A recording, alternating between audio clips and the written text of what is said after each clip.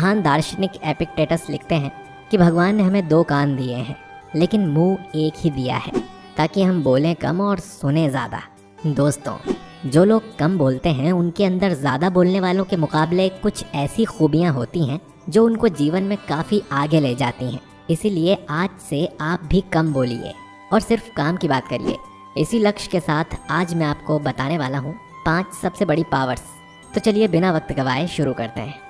Number 1, कम बोलने वाले लोग ज़्यादा रहस्यमयी होते हैं। देखिए, बातचीत का मुख्य मकसद होता है जानकारी का आदान प्रदान। जब आप किसी से बात करते हैं तो वो आपको अपने बारे में बताता है और आप उस व्यक्ति को अपने बारे में बताते हैं और इस तरह लोग आपके बारे में जानते हैं और आप किस तरह के इंसान हैं ये समझ जाते हैं। लेकिन जो लोग ज़्यादा नहीं बोलते, अपने बारे में ज़्यादा बात नहीं करते, ऐसे लोगों को जानना मुश्किल होता है, क्योंकि जब कोई कम बोलेगा तो आप उसके बारे में ज़्यादा कुछ नहीं जान पाएंगे। और इसी वजह से सबसे बड़ी पावर जो कम बोलने वालों में होती है वो ये कि वो रहस्यमयी होते हैं। लोगों को उनके बारे में कुछ पता नहीं होता, कोई उनकी कमज़ोरियाँ आसानी से नहीं जान पाता और इस वजह से कोई जल्दी उनको नुकसान नहीं पहुंचा पाता। लेकिन वो दूसरों को अच्छे से जान जाते हैं, क्योंकि भाई जब किसी से बातचीत करोगे, कम बात करोगे, तो फिर वो इंसान साइलेंस को भरने के लिए अपने बारे में ही बात करना शुरू कर देगा और वो अपने बारे में बहुत सारी जानकारी आपको दे देगा। प्राचीन समय में फ्रांस देश का राजा भी इसी तरीके का इस्तेमाल करता था। राजा जब अपने दरबार में बैठता था और उसके मंत्री किसी मुद्दे को दरबार में उठाते थे तो वो बस इतना कह देता था कि मैं इसको देखूंगा, और फिर वो राजा चुप हो जाता था। वो कभी भी दरबार में नहीं बताता था कि वो इस मुद्दे का क्या समाधान निकालेगा। और इससे 2 फायदे होते थे। पहला ये कि उसके महल में जो गद्दार लोग होते थे वो उसके प्लान के बारे में नहीं जान पाते थे, और राजा के चुप रहने की वजह से उसके मंत्री ज़्यादा बात करने लगते थे, जिससे उस राजा को मंत्रियों के बारे में बहुत सी जानकारी मिल जाती थी। लेकिन राजा के दिमाग को कभी कोई समझ नहीं पाता था और कम बोलने की इस आदत ने उस राजा की छवि बहुत मजबूत बना दी थी, और इसी मजबूत छवि के बल पर उसने फ्रांस पर कई सालों तक राज किया। नंबर 2, कम बोलने वाले लोग दूसरों से ज़्यादा सीख पाते हैं। कुछ लोग बातचीत के दौरान खुद ही बोलते रहते हैं, मानो उन्हें लगता है कि उन्हें सब मालूम है और उन्हें दूसरे को सुनने की कोई ज़रूरत नहीं है। लेकिन ये सोच इंसान को कुछ नया सीखने नहीं देगी। देखिए, जब आप खुद ही बोलते रहेंगे तो आपके दिमाग में जो जानकारी पहले से ही पड़ी है आप बस उसको रिपीट करेंगे, कुछ नया नहीं सीखेंगे। लेकिन जब आप शांत रहकर सामने वाले को सुनेंगे तो हो सकता है कि वो आपको कोई ऐसी बात बता दे जो आपने पहले ना सुनी हो सकता है कि आपको कुछ नया सीखने को मिल जाए।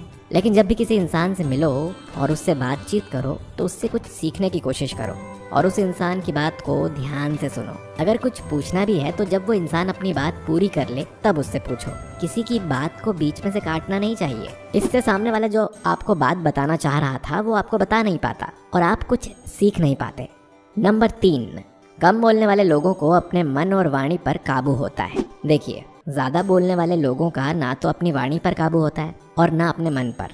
वो लोग जो मन में आता है बस बोलते चले जाते हैं, बिना ये सोचे समझे कि उनकी बात का आखिर सामने वाले के ऊपर क्या प्रभाव पड़ेगा। और लोग भी ऐसों की बिल्कुल इज्जत नहीं करते जिनका अपने शब्दों पर नियंत्रण नहीं होता। देखिए, शब्द बहुत ज़्यादा शक्तिशाली होते हैं।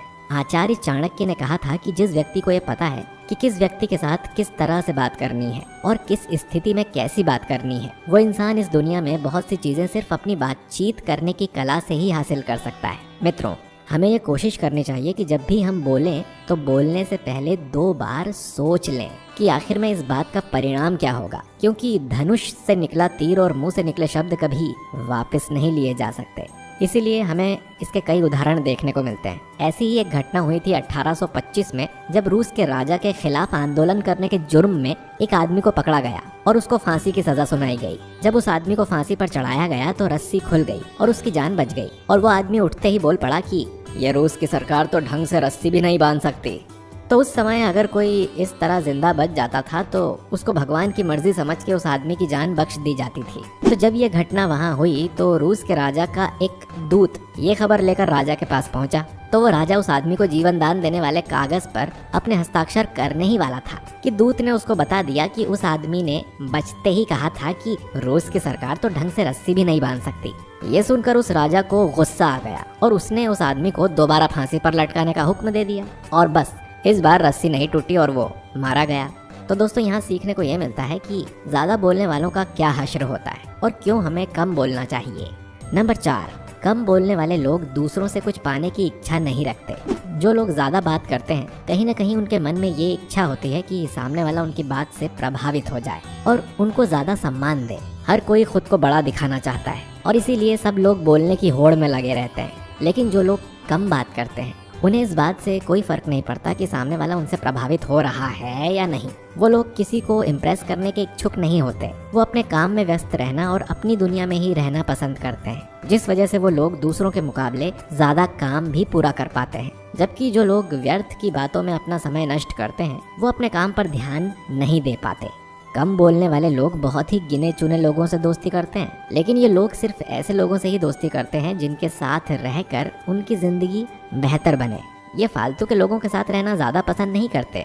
नंबर 5, कम बोलने वाले लोगों को दूसरों से ज्यादा सम्मान मिलता है। जो लोग ज्यादा बोलते हैं लोग धीरे धीरे उनकी बातों को महत्व देना बंद कर देते हैं, क्योंकि ये दुनिया का नियम है कि जो चीज ज्यादा मात्रा में होती है दुनिया उसकी उतनी कद्र नहीं करती। लेकिन जो लोग कम बात करते हैं दुनिया वाले उनकी बात को ज्यादा महत्व देते हैं।